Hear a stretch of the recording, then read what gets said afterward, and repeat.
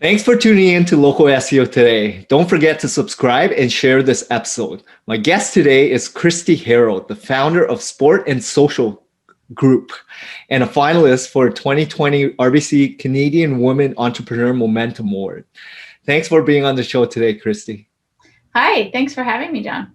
I'm excited because you're local as well. You're here in Toronto. And I know I spoke to your brother, so I'm excited to hear about your entrepreneurial journey. If you can share with the listeners about who you are, what you do, and what do people know you of? Sure, great. I am, as you said, the founder and CEO of the Sport and Social Group, which is we've grown to be one of the largest adult recreational sports league providers in the world. We currently get about 150,000 participants playing team sports on an annual basis in 9 different cities in Ontario and Canada, Ontario and the United States, rather. Pre-pandemic, we had 40 full-time employees, 350 part-time employees, and we had hit a number where we had over 1.5 million participants play in our leagues since we had started back in 1996. Having said that, the pandemic hit us pretty hard. Our core purpose has always been connection through play. And since the pandemic, we've not been allowed, we're now in our 12th month where we are not allowed to operate our sports leagues. So I think it was May. By May, we had pivoted to starting a new offering, which is connecting corporate teams through a new kind of play. We're not playing team sports anymore. We will again when we're allowed, but we are now running remote games and events to help corporate teams stay connected through play. So our core purpose has stayed the same. It's all about connecting through play. And we've now helped over 50,000 participants since May of 2020 connect through the playing of remote games and events, things like Name That Tune Bingo and Survey Says, which is like a Family Feud style game show, or scavenger hunts. We've got 5 different escape rooms. We have a whole bunch of different events and games that we offer. We've hired out-of-work actors and comedians to be our amazing hosts. And we're doing this. So we've gone from running this B2C business geographically focused to now a B2B business that's global. We've run events for companies in Thailand and India and all over North America, all over Europe. And it's amazing because we can connect companies that have global offices. They might have someone sitting in New York and LA and Toronto and London. We can connect them all for a very affordable rate through one fun game, a lunch and laugh or a happy hour, and they can all have some laughs together and stay connected, because play is really important when it comes to building good bonds and friendships and having a healthy culture. So it's been really it's been an interesting year. A lot of challenges, but we've created something really positive from it with this new business of Jam. And the website for Jam is workplayjam.com. So yeah, that's who I am. That's amazing, Kristi, because knowing what I know about sports and social club group, I was a member for, I believe, 5 years, playing volleyball and basketball here locally when I was in my 20s. It was a great way for me to not just get exercise, but connect with people that were also in the same kind of age group, but wanted to play and exercise and have a social network, right? So I met some really good people along the way, and I still connect with them today. So I know you've been doing a great job at what you've been doing. So I'm very proud of what you've built. Thank you. It makes me so happy to hear when people have played with us and have created relationships and friendships. And that's the power of play. When you play with people, you do form really strong bonds, whether it's playing ultimate frisbee or beach volleyball together, or whether it's playing a game of bingo or having a scavenger hunt with your fellow colleagues over a Zoom call. Play is really powerful. It's an incredible. I'm a big believer, the saying, an apple a day keeps the doctor away. Well, I believe play each day keeps the doctor away. I think it's a really important, healthy thing that we need to make time for in our lives. Amazing. So I know now you're busy with this business, but maybe if we can take a step back in your journey, I know I spoke to your brother as well, Cameron. Great story and very similar upbringing, I'm sure, for Yeah, you. yeah, we were Entrepreneur. raised in a pretty entrepreneurial household. But what happened afterwards? Like, did you go to school? And if you don't mind sharing with the audience member a little bit about your journey. Yeah, we grew up in Sudbury. Our dad was an entrepreneur, and so we all sort of dabbled in running our own little businesses growing up. We had to work for what we wanted in our lives. We had to pay our own way through university, so we knew we had to save money for that. So I ended up going off to Queen's University. I had to study commerce because I thought that's what you did when you wanted to run your own business. I knew I wanted to run my own business, so I thought, oh, I better go do a business degree. The very first day of intro to biz class in my first year of commerce, the professor asked who in the class intended to run their own businesses one day. And I put up my hand thinking everyone was going to. And there was myself and one other person in a class of 200 people that put up their hand. And I was like, oh my gosh, I think I'm in the wrong place. Anyway, I ended up doing a commerce degree at Queen's. And after first year university, the dean of commerce called me into his office and he said, you know, your marks have gone down a lot since you began here. It looks like you're on the ski team and on the rowing team. I think because you're on two teams, it's showing that you're not able to handle both. Your marks aren't very good. And I said, you're right, sir. Next year I will just do the ski team and I'll drop the rowing team. And he said, okay, I think that's a smart move. Said goodbye, walked out of his office, and I was laughing to myself. What he didn't realize was I was running two businesses while I was in university. So my ski team and rowing team had nothing to do with my poor marks. It was the fact that I was running two real life businesses. I was running a College Pro Painters franchise, and I was running a custom clothing business selling sweatshirts and baseball hats to kids on campus. Suffice to say, I kept running my businesses and I did very well with them. They paid my way through university and got me a down payment on my first house. And my marks never improved. I was not a very good student. I was more a student of real life business experience than I was commerce. So after university, I left Kingston and moved to Toronto. And I'm now a small town girl living in the big city. And I was looking to meet people, and I thought maybe I could join a soccer league, even though I wasn't a very good soccer player. I just liked to play sports. And anything I looked into was really competitive. And I'd heard about a sport and social club in San Francisco. And so I thought, hey, maybe that's something I could try in Toronto. And so I left my job at the time. I had done 3 years as a franchisee with College Pro, and I'd been working for 1 full year as a general manager for them. And it wasn't working as a general manager, didn't have the entrepreneurial spirit that I wanted in my life. So I made the decision to leave College Pro and start Sport and Social in 1996. And in that very first year, we had 250 teams play a variety of 5 different sports over that first year. And then fast forward, I guess for the next 10 years, I sort of was focused on very local growth. I wasn't looking to expand at all. I wanted a lifestyle business because I also had 3 children in that next 10 years between 2000 and 2004. So built up a nice, great team of people who were making the operations run smoothly. And we just had nice, steady growth by delivering good word of mouth, good customer service was helping us build our business through word of mouth. We weren't really focused on building a brand.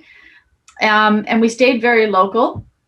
And then the next 10 years, from sort of 2006 to 2016, I stepped back and my team was doing a great job, and I was very part-time. I pursued some passion projects, started a community musical theater group, connecting people through playing on stage, and we raised over $500,000 for charity with those musical theater groups over the years, which is something I'm really proud of and have had a lot of fun doing. But by 2016, I was bored and needed change because it was now 20 years into this business. It was doing well, but I needed something different. And I was trying to figure out, what am I most excited about? What gets me feeling excited to what's the legacy I want to leave? And at the time, we had about 70,000 annual participants playing in the Sport and Social Club League. And I thought, imagine if we could get 1 million people playing every year. That would be something to be super excited about. So that became the new vision in 2016, was to really grow and expand. So since 2016, we've done 8 acquisitions of smaller leagues. We're now, as I said, in 9 different cities across Ontario and Michigan. And before the pandemic, we were getting about 150,000 people playing. And we're going to go back to getting people playing again as soon as we're allowed. In certain cities, we are actually allowed, but like in Michigan, but we're not operating in most of our Ontario cities. And so we'll get people playing sports again, but now we've built Jam, workplayjam.com, and it's exciting to me to think in our first year, it looks like we're going to hit 7 figures in revenue. Our NPS score is 80, which is amazing. Like, people are absolutely loving what we're doing. Over 65% of our clients have booked multiple events with us. And so if we've gotten 50,000 people connected through play in our first year, I believe as we are able to open up sports again, we're going to get, in the next 3 years, I'd like to get 500,000 people playing annually, and by the next 6 years, get 1 million people playing annually. That's the long-term vision for, playing both sports and in Jam remote events, helping organizations like yours, where you're working remotely, stay connected playfully. So I love that. I mean, and that's the biggest purpose, right? Like, for you, it's about connecting people. Yeah. And, for you to know what you want and see more of a legacy where you're making a difference in people's lives, right? By connecting people. Yeah. So powerful. I love it. Some of the stories we have, John, from our sport and social, I mean, sounds like you've made some friends that are going to be lifetime friends, which is awesome. And that's so common to hear. We also have, thousands of people have met their spouse, their life partner, and had babies because they met playing dodgeball, or they met playing basketball or soccer.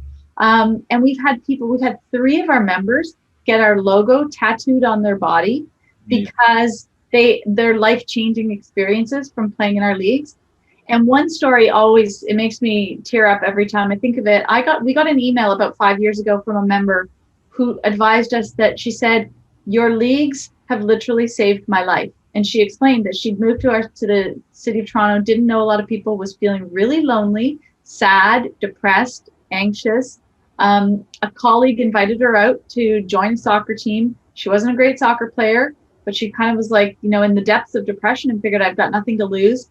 Went out and made a ton of new friends playing recreational soccer. And she said, this saved my life, which is just incredibly touching. I've had people tell me one guy has lost, I think, about 100 pounds because he just got all in on playing sports with us, and it really helped him change his lifestyle.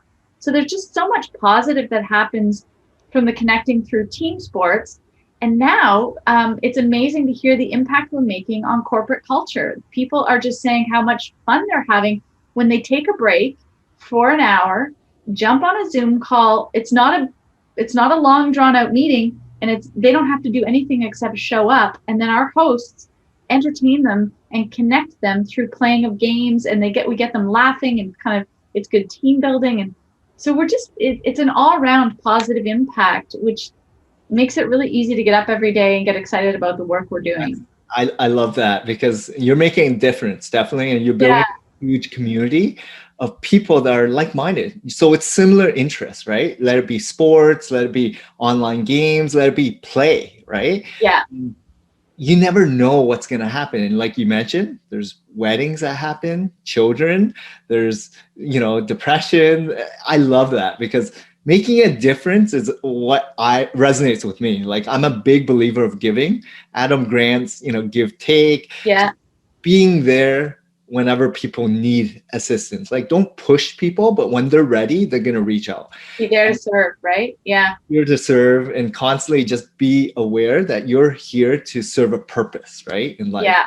You have a bigger purpose and vision. So I love that. In terms of like growing up, I know your parents were entrepreneurs. Did they give you a lot of like advice, or was it more like people that surrounded you? Like, how did you get into entrepreneurship? Sure. Yeah. So my mom was not an entrepreneur. She was a homemaker. She was a trained nurse. But most of my growing up, she was a homemaker and amazing at it. Like, I kind of grew up wanting to be a mix of both my parents, because they were both such awesome role models for us. My dad was definitely the entrepreneur. I remember very clearly, he never, I don't think he preached as much as he led by example. And I am very curious by nature. So I asked a lot of questions. I remember one dinner table conversation asking my dad, how much money do you make? And how much money does your business make? And my mother was horrified. And she said, Kristi, we don't talk about things like that. And my dad said, well, wait a second, Judy. Yeah, we do. We have to talk about this. How else do we expect her to learn? Because they're not going to teach her this in school. And I guess he felt like I was probably at an age that I could be responsible enough that I wasn't going to be blabbing it around. I think I was probably 13 or 14 at the time. And so he walked it through with me. And another time I remember I was 15 and I started a lawn cutting business, and I didn't have a driver's license because I was only 15. So I made pamphlets I drew out pamphlets, and my dad they would help support us however they could. So he took my little drawing and he took it to his office and he photocopied me like 100 copies of my little pamphlet. And then I went door to door in my neighborhood, anywhere that I could walk to, and I delivered the flyers, and I ended up getting about 20 customers. And I spent my summer pushing my lawnmower because I didn't have a car. I would push it around and I would cut people's grass, and I kept clear track of how many hours I spent and how much money I made. And at the end of the summer, I kept this little, handwritten, it was a spreadsheet effectively handwritten. And I showed my dad, look, I did this many hours of work, and this is how much money I made. And he said, he stood back and watched me, and he said, that's fantastic. I'm really proud of you. And how does it feel? Whatever. And then he said, have you ever thought about how much more you would have made if you had someone working for you? And I was like, I don't understand. How would I have made more money? If they're working for me, then I have to pay them. And he said, no, well, what happens, Kristi? And he explained that if I'm charging $15 an hour to a client to cut their grass, and I'm paying a student, back then, I think I was probably paying $5 an hour to a grade 9 boy to cut grass with me. He said, if you're charging 15 and you're paying an employee 5, you're making $10. And I was like, oh my gosh, I'm making a full 15 on myself, and I can make 10 off of, I actually think it was 15 and 7. So I think I was making about 7 off of, so it was like the light went off, light bulb went off for me. So the next summer I hired 2 boys to work with me, and I actually got my driver's license, and we were able to go and get further clients. So that's the kind of way my dad would teach. And another time I remember when I was running College Pro, my very first summer, I had half of my painters. I think I had 8 painters. 4 of them quit they'd work May and June, and I needed them to August. 4 of them quit on me by the end of June. And I was like, oh my God, now I have to start hiring again. I have to train them again. And I talked to my dad about it. I was really frustrated. And he said, have you considered that it might be how you're approaching working with these employees? And I was like, well, what do you mean? He said, well, have you shared with them what your goals are? Are you looking to get them on side? Are you incenting them with bonuses, or are you being a bit of a dictator? And I was like, oh yeah, I think I'm being kind of bossy. Like, I'm telling them what to do, and I'm not really incenting them to help me get to my goals. And so he opened my eyes to maybe having a shared goal with my team. And the second half of the summer, it was so much better. And I started bringing treats to them on the job site. I'd drop off popsicles and pop and little things that didn't cost a lot, but showed them I cared about them. And those same group of painters that I had for the second half of that summer stayed with me for the next 2 summers after that. And what a difference it makes when you've got a shared vision as a team. So my dad was really inspirational to me. He taught me a lot just by asking questions and kind of just building awareness around different ways of doing things. And definitely instilled an entrepreneurial spirit in all of us. Both my brothers are entrepreneurs as well. That's amazing. I love that, because having someone that close to you, being able to give you advice, honesty, transparency, and giving you support along the way, as opposed to, yes, you're going to fail, you're going to make mistakes, but how do you learn, right? And that's the only way to learn, by making mistakes. So that's entrepreneurship. And without that, I don't think you would be the person you are today, right? Oh, for sure. Yeah. I would be the worst employee. Like I'm definitely not cut out to be anything but an entrepreneur, I think. That's amazing. So over the years, as you've grown your company, were there people along the way? Were there groups or people that supported you? Did you go through mentors along the way, masterminds, courses, coaches? Like, because as you evolve, as you grow in the business, when you look at a bigger vision, the legacy of yours, were there people that supported you along the way? Or Oh yeah, absolutely. I think early days I relied on my dad a lot. I remember kind of pretty clearly getting to a point in my mid 30s when I thought, I think I've kind of outgrown my dad's advice now, which was interesting. And I'm still very close. We're still very close, but I don't really talk to him about business as much anymore. And I sort of moved into a phase where my brother Cameron has always been, he's a coach of, he's a business coach and has been for many, many years. And he's a wealth of knowledge, written lots of books. And he's pretty incredible.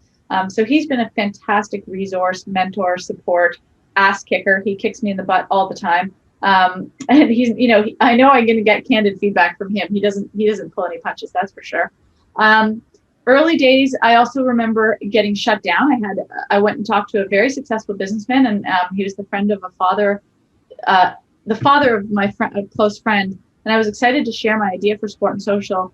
And I shared it with him. I'd walked into his downtown Toronto fancy building, and I was just getting ready to start the Sport and Social Club.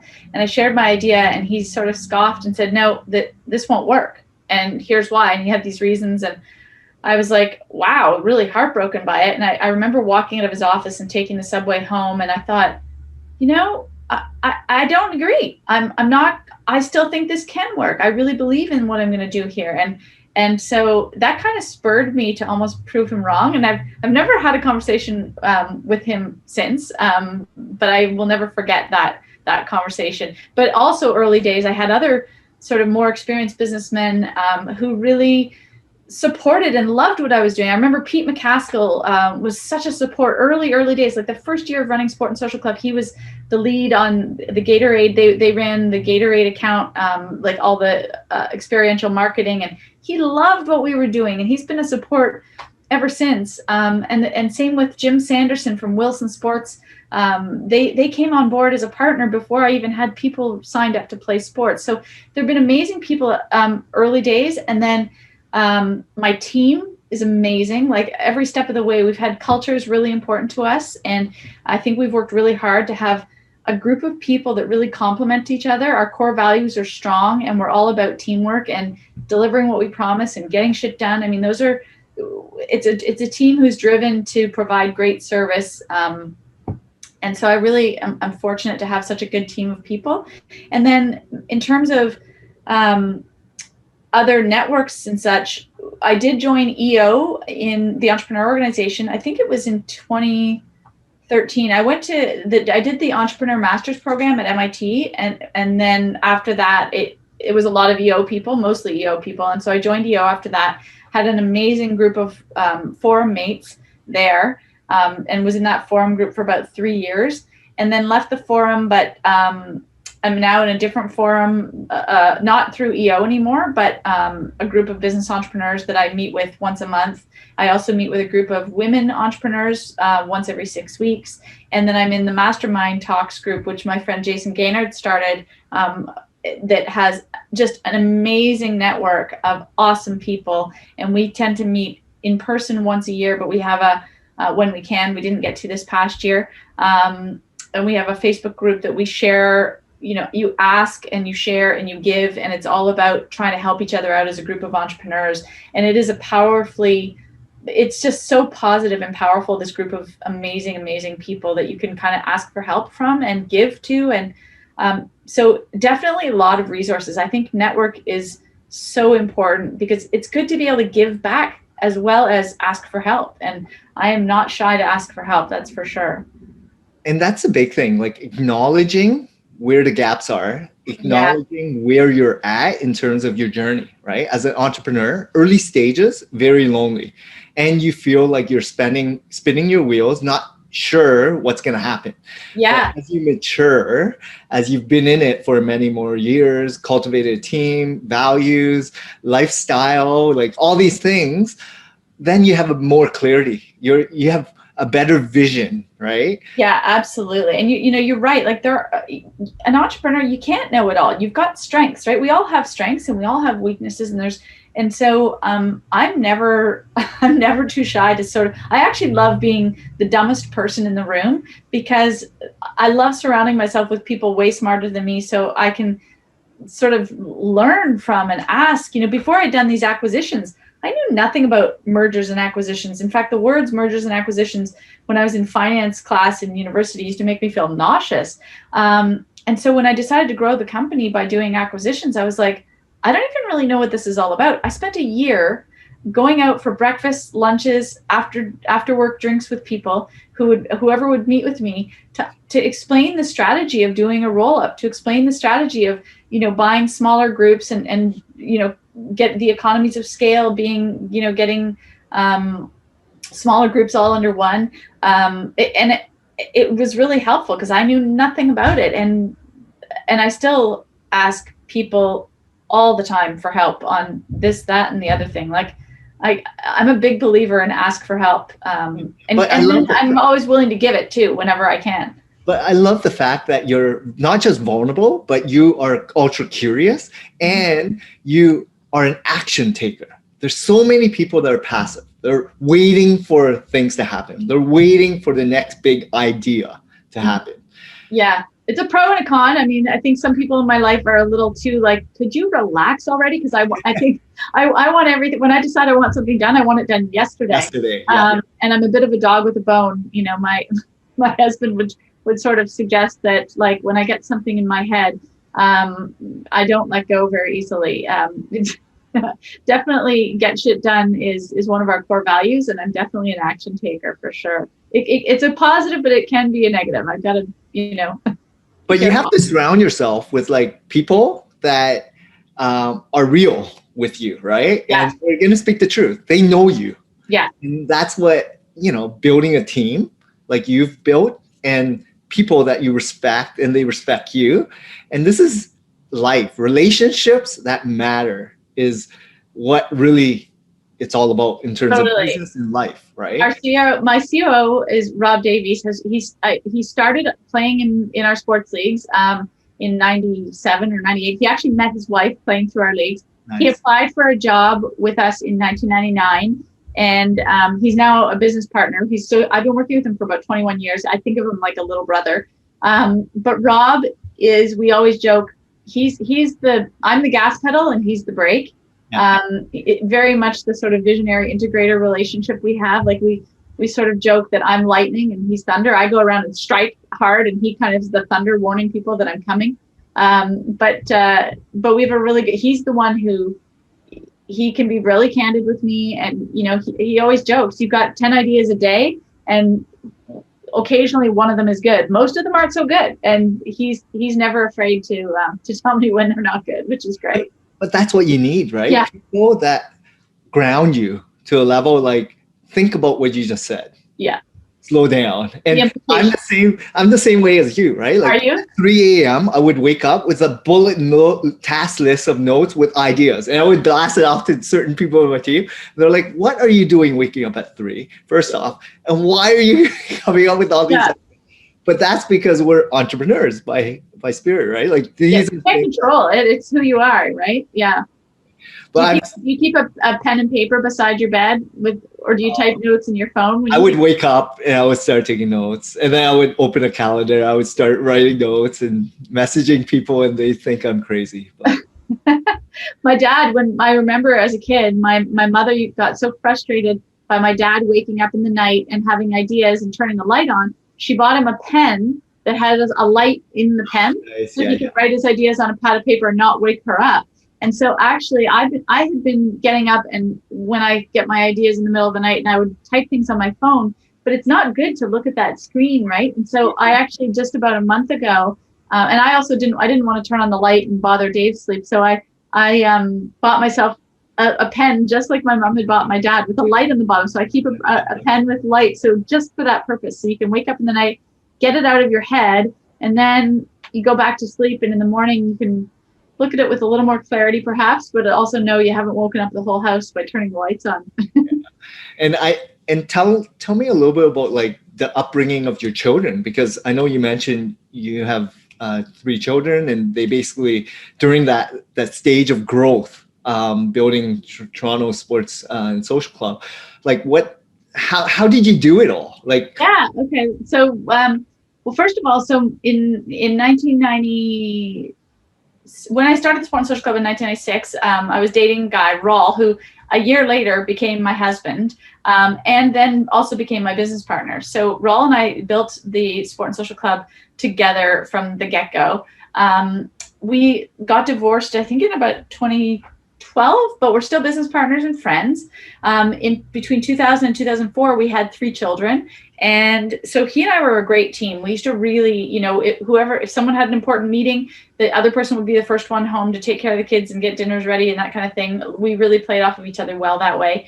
And in terms of, and now my new partner, Dave, and I, we each have our own 3 kids. We're a Brady bunch, and his last name is literally Brady. We're literally the Brady bunch, three girls, 3 boys. So I call them my 3 bonus kids. But I'm always, I think I drive the kids a bit crazy because I'm constantly like, hey, they're teenagers and they need summer jobs. And so I'm constantly like, hey, you should do this as a business. Have you thought about trying this? And I will say my 3 kids have actually they've each run their own businesses of some sort. Cassie's 20 now, but as a 12-year-old, she started a dance camp at the ski club that we were at. So after ski lessons were done, she would take a group of kids and teach them dances. And so the parents could go have a drink in the bar, and she'd have 30 little kids that she'd teach dancing in the brown bag lunchroom. She did that for about 5 years and made great money for herself over the March breaks and Christmas camps, and loved doing it. And the kids loved having her do it. Andy, who's 18 and in first year business school at McGill right now, last summer, she ran a little a grocery delivery service because it was hard to get a job last year with COVID happening. So she ran a grocery delivery service for all the cottagers in our area. And I think she learned a lot from doing that, built herself a website and, marketed it and got clients. So she would run into town so people could stay at the beach and get their groceries for them. And then my son Dax, who's 16 he's in grade 11 right now. He also ran a little business last summer. The summer camp at our cottage was canceled, so kids couldn't go to summer camp. So he organized a group he would take up to 6 kids at a time, and he ran a little sports and adventure camp every day for about 3 hours every afternoon. And he'd take the kids on hikes, and he'd build sandcastles with them. He'd take them on scavenger hunts, play sports with them. So it was amazing. Parents were so excited to, again, get the kids out of the house, away, like out playing. It was a great opportunity for Dax. And so they've all had a little taste of what it's like to run their own businesses. It'll be really interesting to see if any of them choose to run their own businesses later in life, but I'm excited that they've all had a little taste of it. And there's no end of discussion around it because I just can't help myself. I talk about it all the time. And they've also, every single one of them actually has worked at Sport and Social Club. They've all, Cassidy was trained as a customer service rep. She worked for us for, I don't know, from the age of, my kids, when they were the rule was once you turn 12, if you have a PA day, you don't get to stay home and watch TV, you come to work. It's a family business and you come and work. And so they've all done a lot of work at the Sport and Social Club. Cassidy did customer service. Andy worked operations and learned how to do scheduling and stuff. And Dax, actually, he was a league ambassador with our Sport and Social leagues. He used to run floor hockey games. But then when the pandemic hit, he's now a jam host. So he hosts some of our remote events, and he's amazing. He's really engaging online and people love him. So it's really been fun to see the kids. They've all had a taste of working in the family business. They've all had a taste of running their own little businesses. So we'll see where they end up. That's amazing. And I think understanding, like, being the parent and the lifestyle that you kind of built in this business allows for it, right? Allows for the opportunity to harvest people like that you love and want to support, to get exposure, learn from it. Not a lot of businesses allow for that, especially if you're a professional service, right? Like there's a skill set that needs to be evolved around like the actual technical skill versus the business that you've built. And a lot of people can only imagine and dream of something like what you've built. It's amazing. Thank you. Yeah, I'm pretty grateful for the ability to get up every day and push play. I'm pretty grateful for that, for sure. Um, a couple questions regarding like mistakes and challenges. Were there many setbacks over the years? What were some of the major ones, and how did you overcome them? Oh goodness. Um, the life of an entrepreneur, it's ups and downs every step of the way, right? Over 25 years of building sport and social club, the most major setback is this pandemic, without a doubt. It's rocked us to our core. I was thinking we were pretty diversified by being in 9 different cities. I'd never in a million years would I've imagined I needed to diversify against a global pandemic. I just never could have envisioned that. I didn't ever think people would have to stop playing softball. It's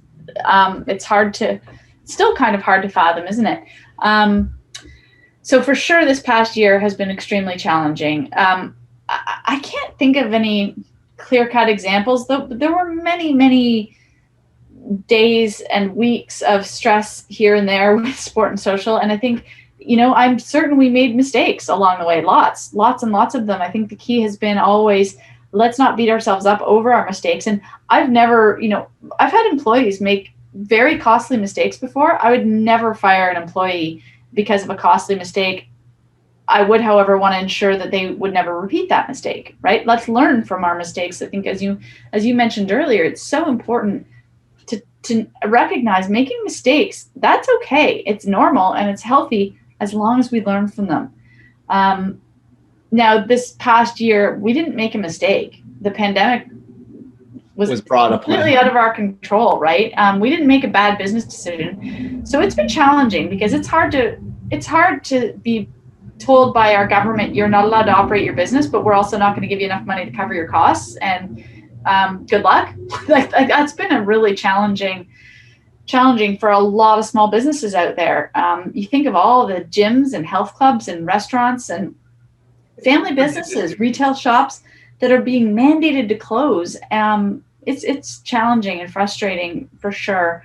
And yet here we are. And so I'm incredibly proud of my team that we were able to find a way to pivot and create this whole new business of workplayjam.com to be able to get this people jamming and connecting through play in a whole new way, and to now know we've got a whole new revenue stream.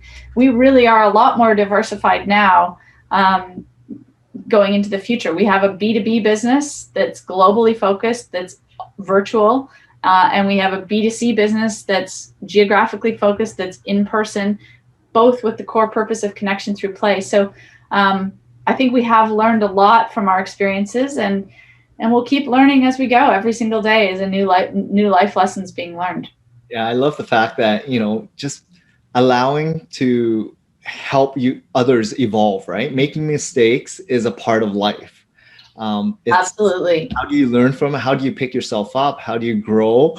And hopefully it's not detrimental to your business, right? Yeah, exactly. And these setbacks, like this pandemic, no one could have forecasted like travel tourism industries. I deal with a lot of small business owners, and a lot of them have been impacted. But fortunately, digital is still, a part of their business, and a lot of them can elevate in that sense as well. Yeah. I feel really, the travel industry, if you're in a travel industry, it's crushing. It's been crushing for them. And same with live events. Like that's going to be corporate live events, weddings. It's going to be longer coming back, right? And so I do believe when people are allowed, I'm really hoping that by this spring we're able to get people outdoors playing, because hey, the rules in the red zone right now are you can have 25 people in your backyard for a keg party, but you're not allowed to have those same people cross the street and play softball. A bit of a problem with that. So I'm hoping that we're going to get that changed, so we can get people, because people need physical activity. They need it for their mental and physical health. So I'm hoping that by spring we'll get people playing outdoors safely in a physically distanced way, and where we're not able to be physically distanced, wearing masks. I think we'll be able to hopefully get that happening sooner than later, because it's an important service we're providing people. Yeah, definitely. Just the last couple questions, Kristi. It's been such a pleasure to get to know you more. What drives you today? Like, what are your clear goals? Because it seems like you pivoted last year. You're now doing this B2B space, and B2C has always been the key driver in your play message, right? What does legacy look like for you? I'm so driven by the idea of getting 1 million people playing. And I used to think it was going to be 1 million people playing team sports. It's not. It's going to be 1 million people playing and connecting through play, whether it's team sports or playing, survey says, or name that tune bingo, or whatever other game we're offering them online. It doesn't have to be soccer. It can be any of the above. It's just connecting through play. I'm so driven to to know that we're positively impacting the lives of 1 million people every year. That is what I want to be able to say. I want people to remember me as that's the girl that pushed play. That's the girl that got us connecting through play. Because of what she and her team are doing, we had laughs. I connected with laughs. I connected with fun. I smiled. I had a better day because of those experiences that Sport and Social Group and JAM are providing. That's the legacy I'd like to be known for. That's amazing. And, me with a younger son, I spent, like, as a parent, you understand, like, everything you're doing is about them, right? It's about like having a better future for them, Sure. ingraining them all the core values and habits and all that stuff. I play all day long when he's home. And that's the most important thing about life, right? Like that smile, the time that you have to enjoy one another, right? That's what makes memories, right? Exactly. Having you don't remember, you're not going to sit back and think, oh, wasn't that an amazing business meeting we had? But you will remember that time when we did the luncheon laugh and we had the scavenger hunt and Sam came running back wearing that crazy superhero costume. Like that's the things that people remember is when they play and connect with laughs. And there's two things I value the most in life. It's relationships and experiences. Yeah. And those two things alone will make and break everyone's lives, right? And totally agree. if you don't live with good people that surround yourself in community or sports or whatever it is, like job, family, friends, find people that resonate with you. Find things that are connecting in different aspects. You seem so upbeat. It's amazing. And I'm glad that at least we're connected. I love it. I agree. Thanks, John. I really appreciate having me on to chat and share some of the stuff. And the one thing I will just want to add on to what you just said, the idea of relationships and experiences. I couldn't agree more. And something that happened with the early advent of JAM last summer, when we had a client who had so much fun. We ran their company picnic for them. It was online. We did family scavenger hunts, and we got all adults and kids all experiencing it together, and they had so much fun. They called us the next day. They said, we are a B2B business. We often send baskets to our corporate clients as gifts. We're wondering, can we send them a gift certificate for a JAM event? Because we'd like to give them the gift of this experience that we just had. And we were like, oh my gosh, yes, that's brilliant. And so that's become a thing now. We're a lot of people are starting to think of us as an offer, as a gift. When you have a corporate client, what a great gift to give, the gift of experience, right? It's not a super expensive offering that we have. So people can give the gift of play to their clients, which is super. It was a really awakening moment when I heard this client wanting to do that. It's been amazing to think that it's another revenue stream, right? It's just more events and helping more people connect to play. It's amplifying your message for sure. Yeah. With positive experiences, right? Like this is what I deal with so many business owners, and for me, it's more about like just understanding the value of like what you're offering, but the people you're impacting more so, and the Yeah, value you're bringing to these people. And if you can really give them a really good experience along the way, they're going to be with you for a very, very long time. So totally. customer service is great, understanding the value that you bring, and continue doing improving, right? Continue getting better. And Yeah, you listen to know, your customer, right? exactly. All these things are so Yeah, important. absolutely. So, last question. Aside from business, I know we've been talking about business and we talked about family a lot. Um, is there anything that we're missing in terms of what molds you as a human?